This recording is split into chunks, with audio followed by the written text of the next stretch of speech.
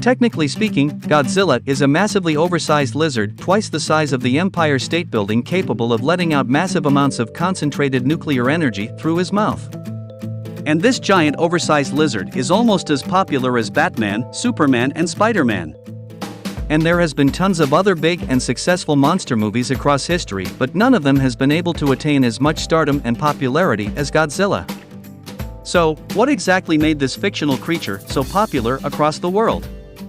Before I answer this question, I just want to make a quick and brief statement. It has been observed that only 2 to 3% of my viewers in my last few videos have actually subscribed to my channel. My friends, you need to understand that it takes only 1 second of your time to hit the like button and subscribe to my channel. But for me, it is the only motivation to keep making more such awesome contents on your favorite movies, shows and games. Okay, now let us get back to the main topic. So, to understand how Godzilla actually became the pop culture icon that it is today, we need to look at the history and origins of the character. Godzilla first appeared in the 1954 Japanese movie called Godzilla, written and directed by the legendary Ishiro Honda. Firstly, this movie was a cinematic revolution. It was like the first Avatar movie or Avengers: Infinity War for that generation of audiences in Japan. People never thought a movie of this scale was even possible. But that is not the main reason why it eventually became the launching pad for the single most iconic monster in pop culture history. Just a decade before the release of this movie, Japan as a nation had to witness the tragic atomic bombings in Hiroshima and Nagasaki, as well as the destruction left by the Second World War.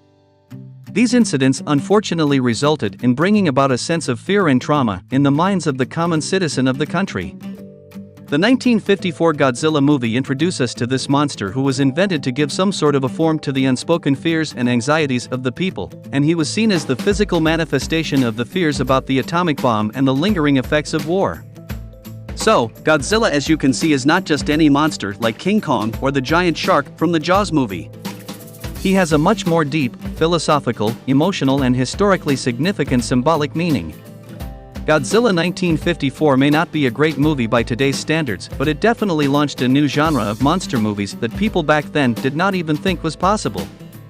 After that, Toho wanted to cash in on the commercial success of the movie and decided to make more Godzilla movies. Then, a couple of years later, this movie was released in the United States under a new name called Godzilla King of the Monsters. However, it did not manage to recreate the success it was able to achieve in the Japanese market. But this did not discourage Ishiro Honda and the entire team behind the making of the movie to make more movies within the franchise. This movie then launched a whole universe with a series of 21 movies, which was like the present-day Marvel Cinematic Universe for the Japanese audience. MCU fans will be surprised to know that the original Godzilla series is still the longest-running cinematic franchise in history. Godzilla started a cinematic universe long before Marvel, DC and Star Wars, and the franchise went on for 21 years from 1954 up to 1975. Despite the failure of the 1954 movie, the American audiences eventually started taking interest in Godzilla, and the popularity of the character in the States went up to a whole new level in 1962 after the release of the movie called King Kong vs. Godzilla. I know everything sounds very similar to the present-day monsterverse and how the events were leading up to 2021's Godzilla vs. Kong. But the 1962 movie was way more significant because it was the first time an American franchise made a crossover into the world of Japanese monster franchise. King Kong was like the American version of Godzilla, who first appeared in the 1933 movie called King Kong. This giant gorilla slowly became a fan favorite among the American public, much like what Godzilla had become among the Japanese public. The 1933 movie is still regarded as one of the best horror movies of all time by many fans. Those who watch pro wrestling can relate to this situation, like the rivalry between WWE and WCW back in the 90s. Like Goldberg, Hulk Hogan and Sting were the face of WCW, King Kong was the poster boy of all the monsters back in the day for Hollywood. Similarly, like The Rock, Stone Cold Steve Austin and The Undertaker were the flag bearers of WWE, Godzilla was the face of Japanese pop culture. And in 1962, the unthinkable happened when Toho, the studio behind the making of all the Japanese Godzilla movies, acquired the rights for King Kong's character from Hollywood.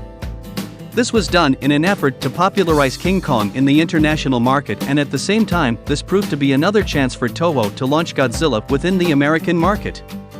This movie was historically very significant because it was the first fully colored Godzilla movie produced by Toho. Before this movie, every single Godzilla movie was produced in black and white colors. And no one would have predicted the success this movie would eventually be able to achieve.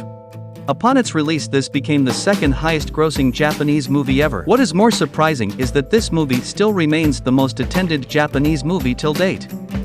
No movie so far in the history of Japan has been able to attract so many audiences to theaters than Godzilla vs. King Kong till now. So, in a way, this was like Avengers Endgame kind of an experience for fans of that time. After this movie, there was no stopping Toho, and they wanted to make the franchise bigger and bigger. They started adding more iconic monsters within that world like Mothra, Ghidorah, Son of Kong, Ghidorah, and many more. The franchise then began to slowly expand into a full-on cinematic universe. So, Godzilla is technically the first character which started the concept of a shared cinematic universe. That alone answers the question of this video as to why he actually is so popular. At that point of time, when there was no social media or internet, Godzilla became one of the very few fictional characters other than Batman and Superman who was recognized globally. And Godzilla was the first non-American fictional character to attain such a level of global popularity. While Godzilla continued to dominate the Japanese box office till the 90s, there was another franchise gaining momentum in the American market as well as the global market. This was none other than the Jurassic Park franchise, which started in the year 1993. This franchise, as you already might be aware, is one of the most successful franchises in the history of Hollywood. And this success eventually led to the exponential increase in popularity and fascination for dinosaurs and large monsters for movie-going public across the world. So, people across the world started following the Japanese Godzilla movies. And needless to say, most of the audiences loved it, and Godzilla slowly started becoming a fan-favorite character for a large group of fans within America and also in several other parts of the world. Owing to the rise in popularity of the character, Hollywood finally decided that it was time to make their own Godzilla movie. In 1998, the first fully American Godzilla movie was made, and although it was heavily criticized especially for the design of the creature itself. The creature in this movie looked nothing like Godzilla and was just a large oversized iguana. However, it did leave a mark on many fans, including me personally. I think this film is actually very underrated because this was the first formal introduction to Godzilla for a lot of people outside of Japan, and to its credit, this movie actually made me and a lot of my friends take interest to explore the world of Godzilla for the very first time. I was personally not even aware that a creature like Godzilla even existed in pop culture.